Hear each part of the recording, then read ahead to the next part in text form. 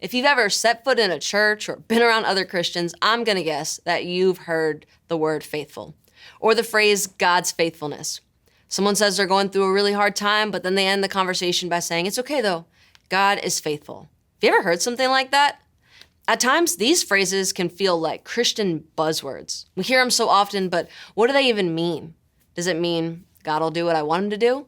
Does it mean he'll change my circumstances? Why then do people who have put their trust and belief in God for generations repeatedly attach these buzzwords to so many different circumstances?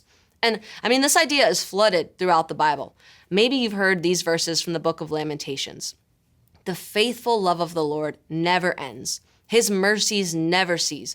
Great is his faithfulness. His mercies begin afresh each morning. Faithful just means able to be relied on. God's faithfulness means that God is steady, unchanging, true to his character, able to be the one that we can count on. And you know what's really interesting?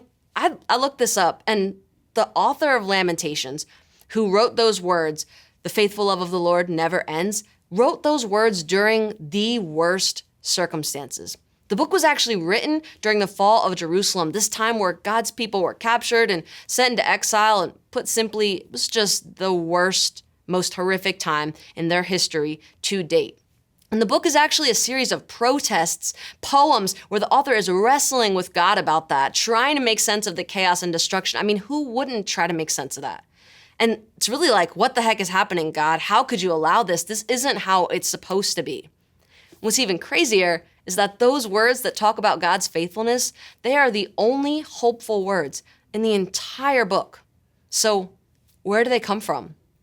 I think they come from recognizing that God is who he says he is, that he's good, kind, just, loving for us, one we can count on. And so because of that, the author is somehow able to reconcile the suffering by remembering that that suffering has to be in line with God's good character and ultimate justice for the good of the world. And that recognition brings peace. Because in a world where everything feels temporary and unsteady, God remains constant. Our circumstances may change, but God's love for us and his justice don't change. And that's why his people can repeatedly declare he is faithful regardless of any circumstance they're experiencing.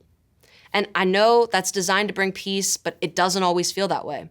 And it's okay not to feel it. I don't think the author of Lamentations felt it, but he talked to God. And so if that's you, talk to him, wrestle, protest, ask him to show you, because I believe that even in our doubts, God remains steady and the one we can truly put our trust in. Would you pray with me? God, thank you that you are steady, that you are good. Thank you that we can trust you each day, knowing that you take good care of us and you remain the same. Amen.